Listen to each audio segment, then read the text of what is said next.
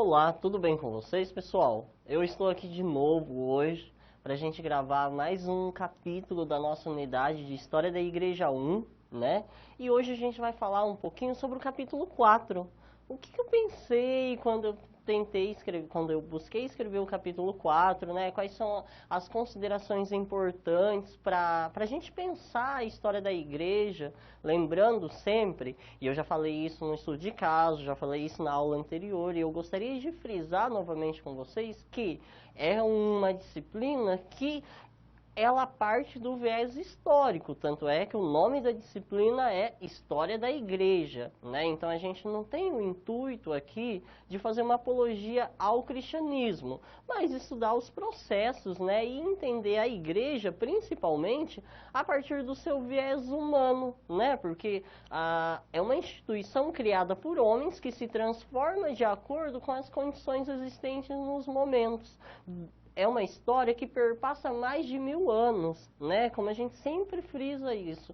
Então, consequentemente, as pessoas deixam de pensar da mesma forma que elas pensavam anteriormente. Vocês já foi assim, não já? Anteriormente vocês pensavam de uma forma, hoje com certeza vocês pensam de outra. E aliás, isso é legal. O ruim seria se você sempre pensasse da mesma forma. Já imaginou que chato? Eu costumo dizer que é muito chato um mundo onde todo mundo gosta de azul, por exemplo, né? Da mesma forma, um mundo onde existe conflitos entre a igreja católica, nesse caso, depois eu vou frisar esse momento um pouquinho no slide com vocês, mas um mundo onde existe uma igreja católica e, paralelamente, existe outras instituições. Por quê? Nesse momento, nós estamos falando de uma igreja que já se estabeleceu no mundo cristão, né? É diferente. Pense naquela igreja que eu falei no capítulo 3. Aquela igreja ela estava em processo de formação,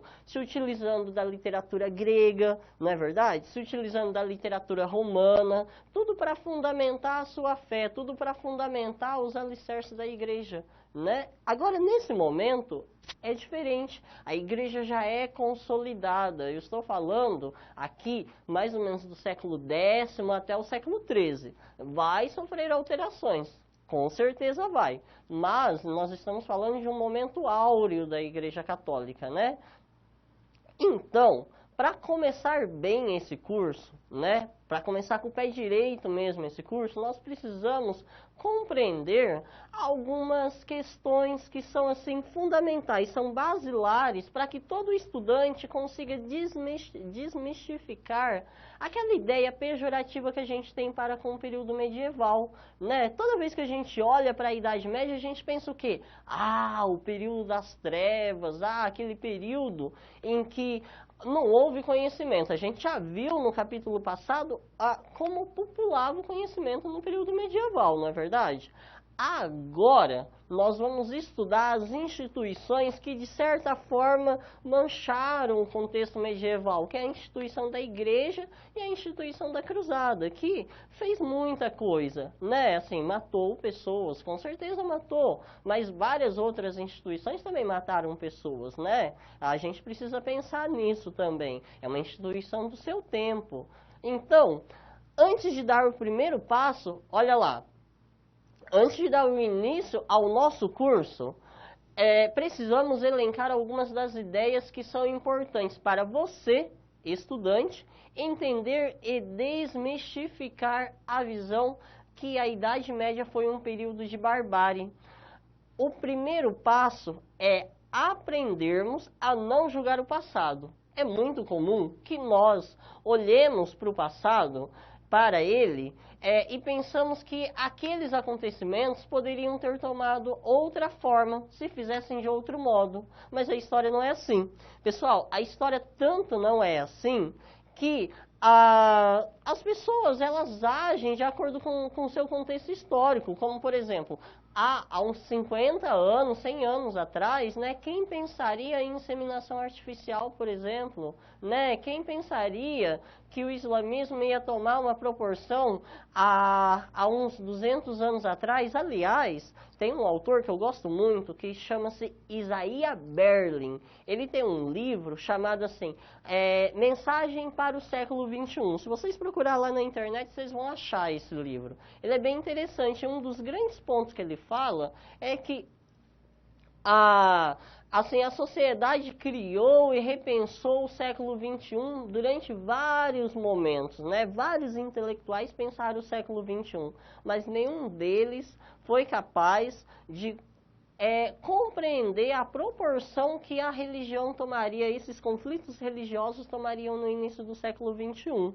É só a gente olhar para a contemporaneidade, só a gente olhar para o nosso momento presente e perceber o quanto esses movimentos religiosos estão em voga, né? Aqui eu não estou julgando não, tá bom? Eu só estou mostrando para vocês, apontando para vocês como que a religião ela encontra-se presente ainda na nossa sociedade e de maneira bem forte, né? Para aqueles ateus que imaginavam um processo linear de desaparecimento da religião, olha lá, o processo está se invertendo, porque a religião ela está se fortalecendo cada vez mais, não é verdade?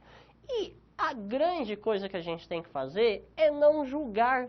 Não, aliás, isso não serve só para o passado, não é verdade? A vida é do outro, né? A gente não tem que julgar o outro, né? A gente não tem que julgar as escolhas que as outras pessoas fazem. E a mesma coisa acontece aí, então, aqui para a história, né? A gente também não tem que julgar o passado, né?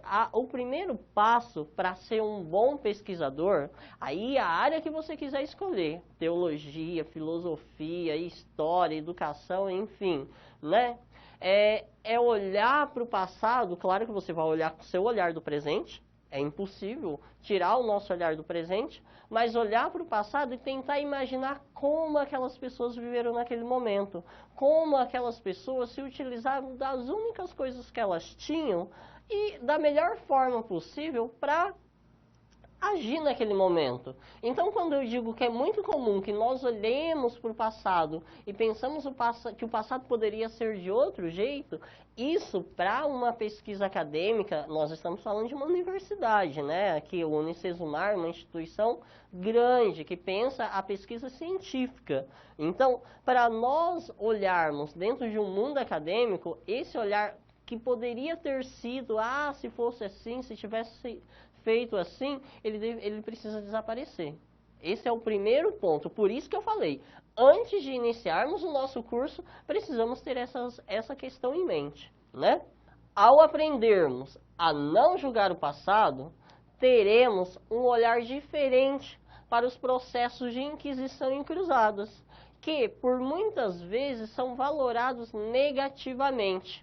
É preciso, a partir de agora, compreender que eles surgem num momento bem delicado da história da humanidade e da própria Igreja Católica como um todo. E antes de ser um sistema de punição, como simploriamente são descritos em muitas literaturas sobre a temática, são acima de tudo mecanismos de proteção. Pessoal, essa é uma tese que eu levanto ao longo do capítulo 4. Entendeu isso? Você entendeu o capítulo 4. Olha lá que legal, um macetezinho aí para vocês, né?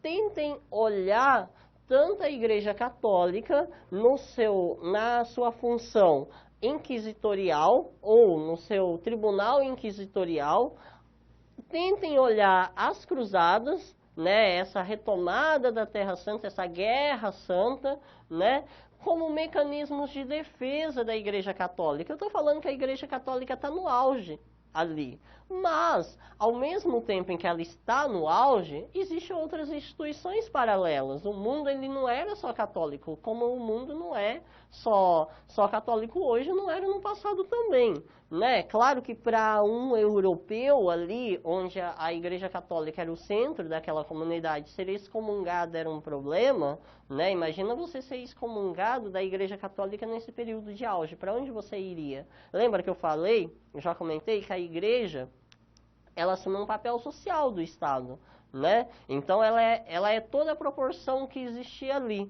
Então ser excomungado era um problema. Mas ao mesmo tempo você tinha outras denominações religiosas. O islamismo, ele está crescendo muito, né? E essa é uma preocupação muito grande da Igreja Católica.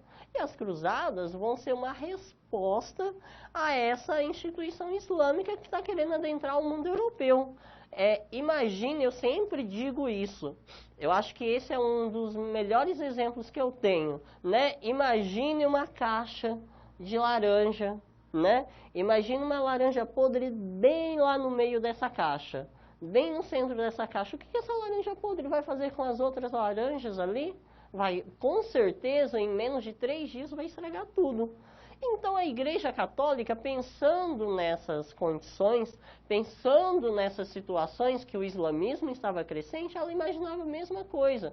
Claro que ninguém chegou a escrever lá, olha, os islâmicos são uma laranja podre dentro da nossa caixa. Claro, vocês não vão encontrar isso, né? Eu estou aqui sistematizando. Mas, imaginem assim, né? A religião islâmica era uma ameaça latente, uma ameaça muito forte às estruturas basilares do cristianismo, né? Então, o que você faria? Você afastaria esse mal. Notas sobre a Idade Média. As delimitações geográficas e temporais são essenciais quando se busca escrever a história de uma instituição tão antiga e basilar como a Igreja. No caso do capítulo em questão, a história da Igreja a qual nos referimos aconteceu entre 476 d.C. a 1453 d.C. também. A primeira data, quando da queda do Império Romano do Ocidente, a segunda data, do Império Romano do Oriente. Geograficamente, geografia também é importante para o teólogo, hein? Geograficamente, delimitou-se em torno do Mediterrâneo, como já dizia Platão, quando se referia aos contornos das civilizações antigas da Terra. Habitamos apenas esta parte que se estende desde o Faço até as colunas de Hércules, espalhados por volta do mar como formigas ou rãs em redor de um charco. Pessoal, essa delimitação, ela tem que estar na mente de vocês, na cabeça de vocês. A gente está pegando ali toda aquela região que se estende ali da Europa, um pedaço ali do Oriente Médio, né, Ásia Menor, e o norte ali da África. O norte da África, embora algumas pessoas não vejam o continente africano como um continente importante, o norte da África é muito importante também nesse momento. Você tem grandes impérios nesses momentos do surgimento do cristianismo. Alexandria, ela era cristã, né, e vai se perder para o islamismo posteriormente, né, e está ali no norte da África, uma das Alexandrias, né. Pessoal, então, o que a gente precisa ter em mente aqui? Nesse subtópico ali sobre notas da Idade Média, a gente está classificando, a gente está delimitando o nosso rol de estudo, né? A gente está falando então, olha, vai de 476, embora nós saibamos que a história da igreja ela é bem anterior. Lembra no capítulo passado, pessoal? A história da igreja ela começa bem antes, não é verdade? Mas embora nós saibamos que a história da igreja começa antes, a Idade Média em si, segundo alguns historiadores, e isso é contestável, tá? Ela começa em 476. É a periodização quando cai o Império Romano do Ocidente, né? Então aí vai até 1453, quando vai cair o Império Romano do Oriente. Então a gente tendo em mente essa geografia e essa delimitação temporal, a gente consegue pensar o homem, esse homem da igreja, né? Esse homem do período medieval. Idade Média, a Idade das Trevas. A historiadora francesa Regine Pernot, em sua obra O Mito da Idade Média, faz um relato sobre uma aula de história do seu sobrinho, né? Então ela foi lá ver o sobrinho na aula de história. Segundo ela, o conceito de que a Idade Média é a Idade das Trevas ainda é bem difundido, de acordo com a autora. Claro que a gente está falando da década de 70, né? Finalzinho da década de 70 aqui. Mas olha lá, a professora está na aula, né?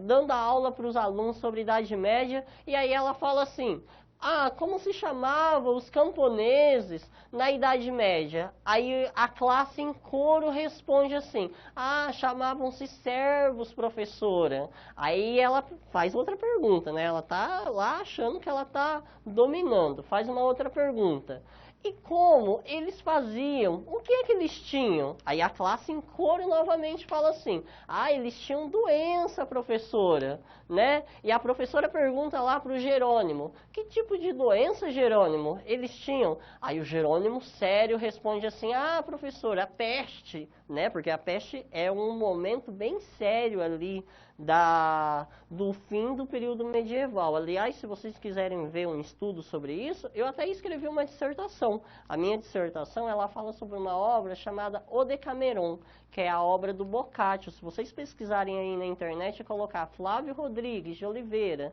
O Decameron, vocês vão ver minha dissertação de mestrado e eu descrevendo um pouquinho desse contexto medieval sobre a peste, sobre a igreja, as relações da igreja. Vale a pena ler, pessoal. Não foi porque fui eu que fiz, não, mas é porque é um contexto interessante, é um contexto que muitas vezes as pessoas não entendem, né? Acha que é só a peste, como o Jerônimo falou ali para a professora.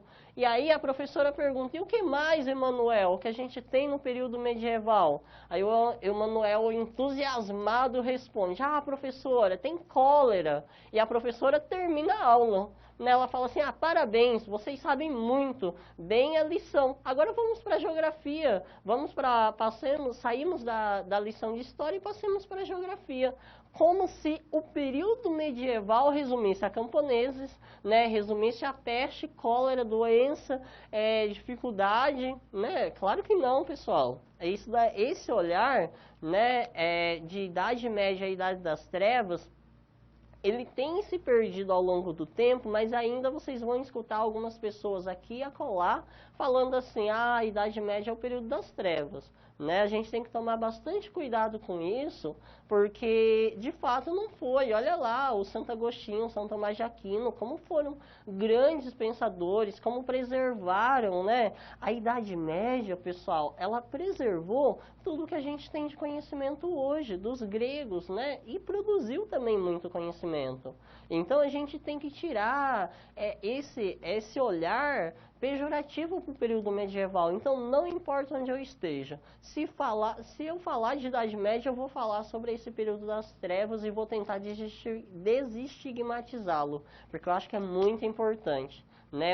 A Idade Média, embora tenha recebido esse nome, vocês vão ver lá no livro, eu fiz uma descrição um pouquinho sobre isso, né? Embora ela tenha recebido esse nome de Idade do Meio, por que Idade do Meio, né? Entre o período áureo ali da Grécia e o período que vem depois, que é o Renascimento, embora ela tenha recebido esse nome, como a Idade do Meio, ela é uma idade muito importante. Não vou dizer que é a mais importante, eu poderia bem dizer, até porque as minhas pesquisas estão concentradas na Idade Média. Então, eu poderia vender bem meu peixe e falar assim: olha, é a melhor idade que existe, né? O melhor período da história que existe. Eu, de fato, amo muito, mas eu não posso dizer que é o mais importante.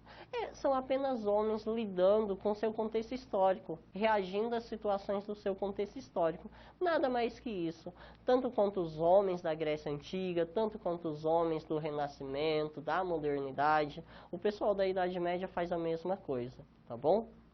Quando nos referimos à Igreja medieval, estamos nos remetendo estritamente à instituição de viés católico. Não é para menos, uma vez que a nossa delimitação histórica trabalha o mais tardar até o século XV e as primeiras reformas, que dão início a outra vertente eclesiástica e ganha corpo a partir do século XVI. A partir do XVI, discorremos também sobre quando nos remetemos à Igreja e a todas as outras instituições religiosas que a compunham. Mais detidamente, o que eu estou querendo dizer com isso? No conceito de igreja, por nós aqui empregado, estão contidas também as ordens religiosas, os clérigos, o tribunal da Inquisição e mesmo seus fiéis, esses últimos, dos quais não podemos nos esquecer, instituições que possuíam em seu corpo fundante, né? Então, pessoal, o período medieval, ele é composto de todas a igreja, né? Ela é composta de todos esses blocos aí. A gente tem os clérigos, a gente tem o tribunal da Inquisição, nós temos os fiéis, que são muito importantes, né? É engraçado isso, porque quando a gente olha para a igreja da Idade Média, a gente vê o Papa, a gente vê os bispos, né? A gente vê os cruzados, Mas e os fiéis? Cadê os fiéis? Né? Pouco se tem. O Dibee é um autor desse livro, assim, O Homem Medieval. Né? Ele vai falar um pouquinho sobre essas personagens, sobre esses autores também fundamentais para o contexto medieval, tá bom? Pretendemos tratar a igreja medieval uma instituição que se alterou de acordo com os objetivos que lhe eram lançados. Se durante o primeiro momento a igreja precisou canalizar esforços para sua consolidação, após recente vitória do cristianismo diante das religiões politeístas, a seguir, como explica o autor, né, o Boehmer, ela garante mais possibilidade de atuação política diante da sua aproximação com esses poderes e, por fim, até a sua separação total entre a esfera religiosa e a civil. Todas essas fases da igreja foram acompanhadas por seus fiéis e suas outras instituições religiosas que a compunham. Então, pessoal, nós temos uma igreja se transformando aqui. Vocês conseguem perceber isso? Eu espero fortemente que sim. Né, que vocês consigam perceber que nós estamos falando de uma igreja que se altera de acordo com o momento, né? Embora a gente tenha em mente que a igreja católica ela é bem tradicional para ir para os católicos principalmente, né? Ela é bem tradicional, o culto à missa, né? O culto à missa, né? Ela tem pouca alteração ao longo do tempo. A gente vê uma instituição totalmente maleável, uma instituição que age de acordo com a dança, né? O discurso, a gente viu isso no nosso capítulo passado, né? O discurso que a igreja tinha ali no seu período de formação é diferente do discurso que ela vai ter aqui no período do século XIII. No período de formação, os cristãos eles eram mortos, né? Quantos mártires não morreram para defender o cristianismo, para defender Cristo? Agora, no fim da Idade Média, ali no auge da Idade Média para o fim da Idade Média, os cristãos eles começam a perseguir. E eu estou falando dos cristãos mesmos, porque a igreja, né, é essa igreja católica, que é o cristianismo que existia. Tudo bem, pessoal? Então eu espero fortemente que vocês consigam, na leitura do livro, entender essa modificação, porque foi isso que eu quis traçar. Né? Eu busquei ao máximo mostrar essa igreja maleável, essa igreja que se altera ao longo do tempo, que se altera os seus interesses de acordo com o período em que nós estamos vivendo. Esses são os homens, e essa é a igreja, composta por esses homens. Vamos para um outro slide? A igreja foi o motor de movimento que esteve por trás de toda a história do medievo. Por isso, reforçamos a impossibilidade de um estudo sobre esse período sem lançar olhos sobre o que foi essa instituição. Para tanto, é preciso que o nosso estudo se configure didaticamente em 3 períodos, pois, a nosso ver, esses 3 momentos definiram os rumos diferentes para a história da igreja, a saber, o de sua formação, o da sua submissão ao Estado e o da sua crise e desagregação com o poder político.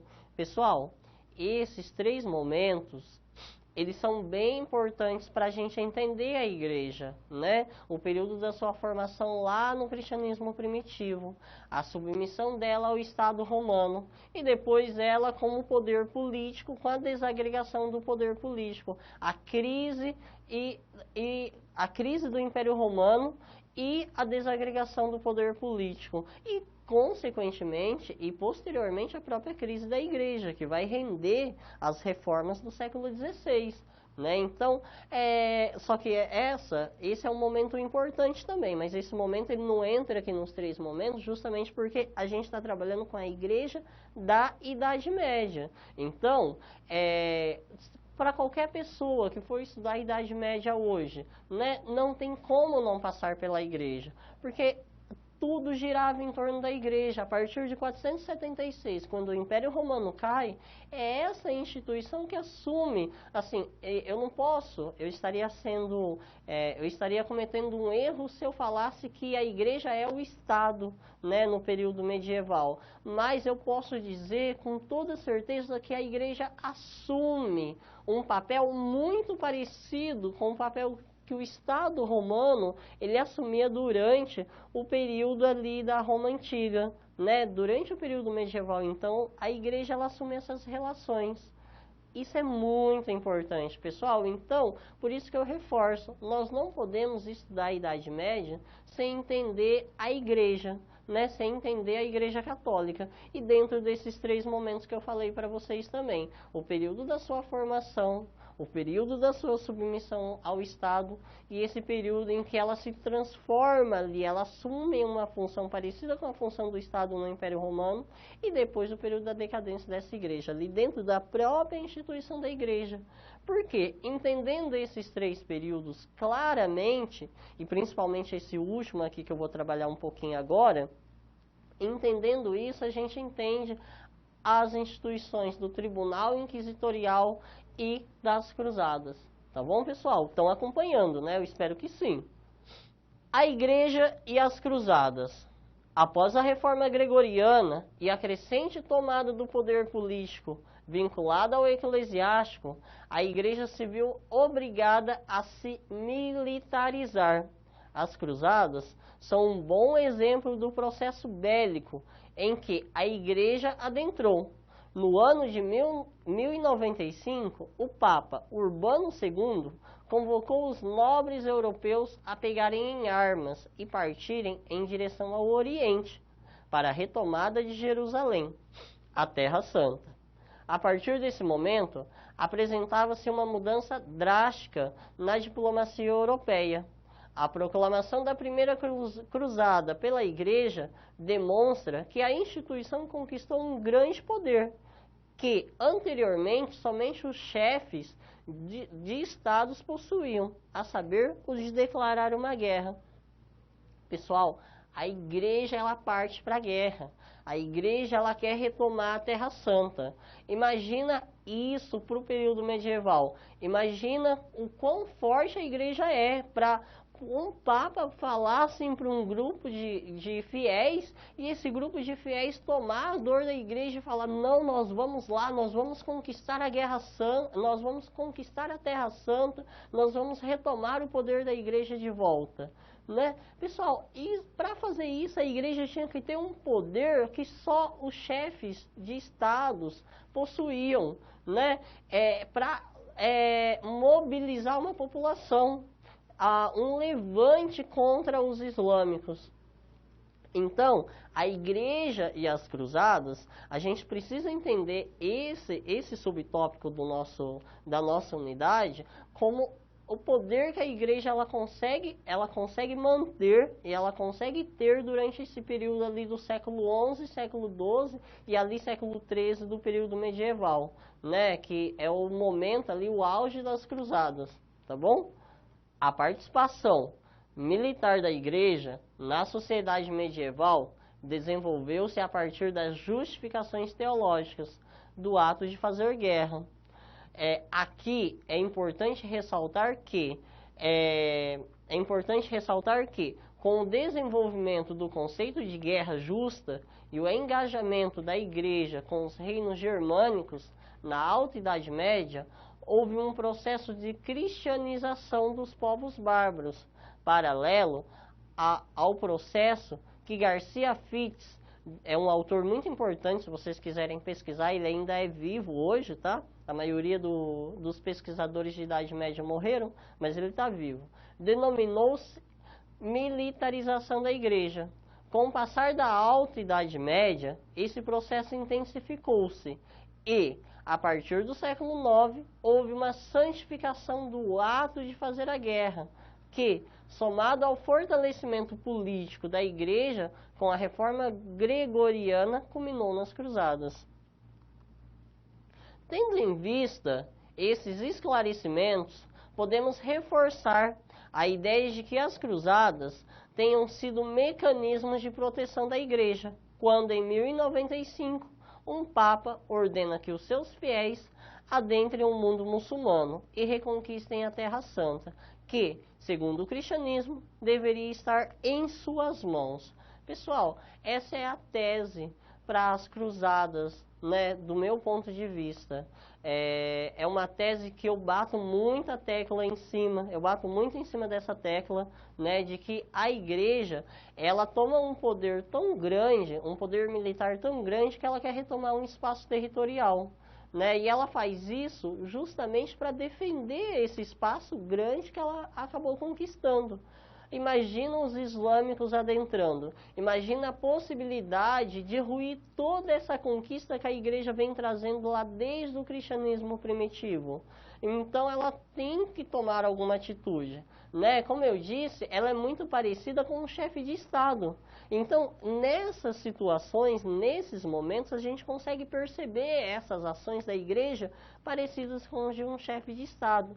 Ela resolve, né, a partir de um papa ordena que todo mundo busque, os seus fiéis busquem retomar o seu local sagrado.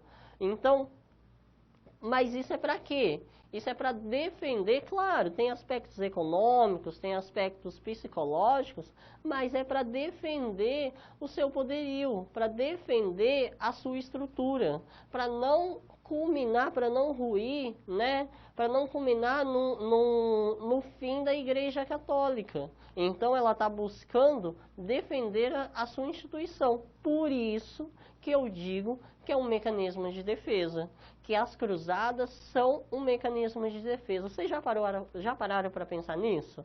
Né? É muito interessante. Quando a gente pensa as cruzadas como mecanismo de defesa, a gente consegue tirar aquele preconceito de que a igreja ficou matando gente, né? Quando a gente consegue pensar a igreja como um chefe de Estado, a gente consegue assimilar a igreja como vários outros chefes de Estado que também fizeram isso.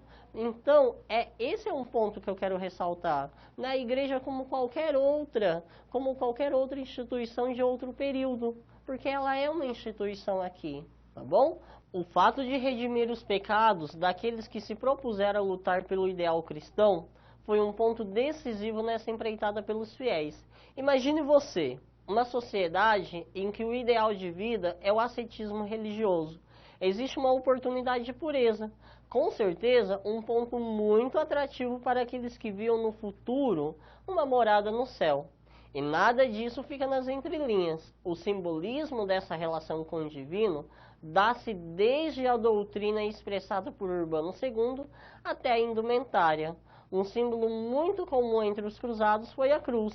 Ela era costurada nas roupas dos homens, sobre o ombro direito ou sobre o peito.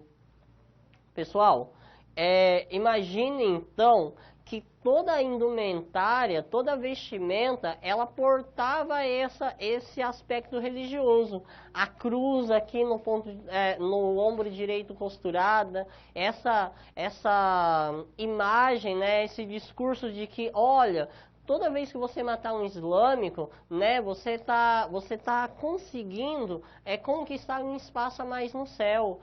Você está eliminando o mal da sociedade. Deus está feliz com isso. Deus está contente com isso, né? E se você morrer na guerra? Você vai direto para o céu, porque você morreu numa guerra santa. Você morreu numa guerra tentando salvar o cristianismo. Então, esse simbolismo, essa psicologia, né, fizeram parte da instituição da cruzada, do sucesso das cruzadas, tá bom? É importante frisar que a cruzada esteve vinculada à igreja desde a sua primeira peregrinação até a sua última, totalizando 8 grandes cruzadas. Contudo, a partir da Quarta Cruzada, a religião torna-se mais uma justificativa para as motivações materiais do que o seu principal objetivo. O fato é que, mais ou menos, a Igreja utilizou-se da militarização para poder continuar defendendo a sua fé. E concordemos ou não, com esse processo, é importante perceber que os mecanismos de defesa foram fundamentais dentro da política religiosa tomada pela cristandade durante o medievo para sua longevidade. Pessoal, querendo ou não, a gente tem que perceber isso. Claro, vão ter historiadores que vão falar assim, mas a partir da Quarta Cruzada perdeu-se esse interesse religioso, né? Assim, então agora a partir da Quarta Cruzada, principalmente aquelas pessoas que viviam ali em Gênova, Veneza, Florença, né? Eles buscavam mais aspectos materiais, conquistar riqueza, conquistar terras, até porque o século XIII, século XII e século XIII do período medieval é um século onde a gente tem uma superpopulação, né? A população cresce muito rápido, então onde a população, só o filho primogênito tinha acesso às terras, nessas pessoas, os mais novos, que não iam para a igreja, eles iam procurar terras, né, em outros locais. Então, isso também tem um aspecto econômico por trás, com certeza tem outros aspectos por trás. Mas o fato, pessoal, é que pelo menos a gente tenha que considerar, pelo menos, que até a Quarta Cruzada, esse aspecto foi estritamente religioso. Né? Esse aspecto esteve basicamente, não estritamente, mas esteve basicamente vinculado à religião. Né? E aí foi utilizado também para manter a longevidade da igreja. As cruzadas foram utilizadas como um mecanismo de defesa para manter essa longevidade, essa permanência da igreja no mundo ocidental. A igreja e o Tribunal da Santa Inquisição. Como vimos no tópico anterior, a igreja já não era mais tida como a única instituição na Europa medieval, sofrendo constantes incursões do islamismo vindo do Oriente Médio e do norte da África. Contudo, além desse inimigo externo e explícito, a igreja começou a perceber que os ataques contra os hereges, já no começo da cristandade, não estavam surtindo muito efeito e que havia crescente perigo dentro de suas paredes, que cada vez tomava proporções maiores. Assim, em 1231, ali início do século XIII, o Papa Gregório IX regulamenta o documento que dá origem a um tribunal jurídico por meio de uma instituição religiosa. Os operadores da justiça, os próprios membros do corpo eclesiástico, os possíveis infratores, qualquer indivíduo minimamente suspeito de ir contra os dogmas estabelecidos pela igreja. Então, pessoal, aqui nesse momento, a preocupação da igreja, quando cria o Tribunal da Santa Inquisição, é com os hereges. Então, olha lá, a gente já tem o inimigo externo, que são os islâmicos, partindo ali do norte da África, adentrando ali o mundo europeu, né, por onde a gente vai ter futuramente Portugal, Espanha, subindo ali aquela região, e ali do Oriente Médio, ali também da Ásia Menor, né, adentrando o mundo europeu. Como se já não bastasse isso, agora a gente tem também, né, essas pessoas mantêm contato com outras e começam a questionar aquela doutrina oficial, né? Começa a questionar aquela instituição tão rígida, tão dogmática. E então eles começam a criar novas possibilidades, criar seitas, criar grupos onde são discutidos, onde eles conseguem propor essa nova visão da igreja, uma igreja reformada ali nessas seitas. O que a igreja faz? Ela não vê com bons olhos, né? Porque está ameaçando a fé. Novamente, o meu exemplo da caixa de laranja podre. Pessoal, eu garanto para vocês, se um dia vocês verem uma caixa de laranja podre, vocês vão lembrar de mim, né? Porque eu já falei ela umas 3 vezes aqui hoje. Vocês vão lembrar de mim porque e vão lembrar do curso de teologia e vão lembrar da nossa disciplina de história da Igreja 1. Pessoal, eu uso esses exemplos, pode até parecer assim, o professor tá nos chamando de burro, pelo amor de Deus, será que ele precisa usar esse exemplo? Mas é um macetezinho, é um exemplo para que toda vez que a gente pense na Idade Média e pense a relação da Igreja, a gente consiga, a gente consiga imaginar qual que é a situação da igreja diante dessas pessoas que pensam o contrário a ela. Porque, de fato, a igreja, olha só, isso é muito interessante, a igreja, até um determinado momento, ela não tinha problema com o pessoal que pensava diferente, com o pessoal que ia contra as suas doutrinas. Mas quando isso começa a tomar uma proporção onde ameaça a instituição, ela precisa tomar alguma atitude, porque senão ela vai ruir, né? Então, olha só que interessante, você também faria isso, né? Você traz uma visita para sua casa, aí ele fala, fulano, né?